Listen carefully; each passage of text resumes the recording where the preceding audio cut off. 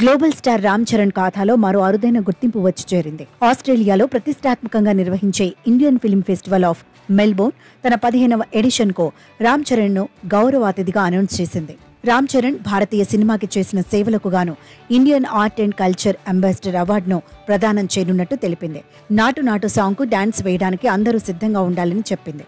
ఈ గుర్తింపు దక్కించుకున్న తొలి ఇండియన్ హీరోగా రామ్ చరణ్ చరిత్రకెక్కాడు.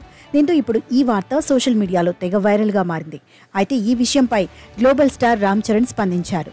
ఓ ఇంటర్నేషనల్ స్టేజ్ పై భారతీయ సినిమా గొప్పతనాన్ని చాటి చెబుతూ Indian film festival of Melbourne లో భాగమవ్వడం చాలా గౌరవంగా భావిస్తున్నానన్నారు global star Ram Charan. Film industry తరపున ప్రాతినిధ్యం వహించడంతో పాటు ప్రపంచ వ్యాప్తంగా ఉన్న అభిమానులు, సినీ ప్రముఖులతో కనెక్ట్ అవ్వడం ఎంతో సంతృప్తిని ఇస్తుందని చెప్పారు. RRR సాధించిన విజయం ఎప్పటికీ మరువలేనని, ఈ సంతోషాన్ని అక్కడి ప్రేక్షకులతో పంచుకోవడానికి ఎదురు చూస్తున్నానని రామ్ చరణ్ అన్నారు. ఇదిలా ఉండగా సంస్థ ఏర్పడి 15 సంవత్సరాలు పూర్తి చేసుకుంటున్న సందర్భంగా నిర్వహించిన 15వ ఎడిషన్ కార్యక్రమానికి రామ్ చరణ్ హాజరు కానుండడం ఎన్నటికీ మర్చిపోలేమని Indian film festival of Melbourne team చెప్పింది.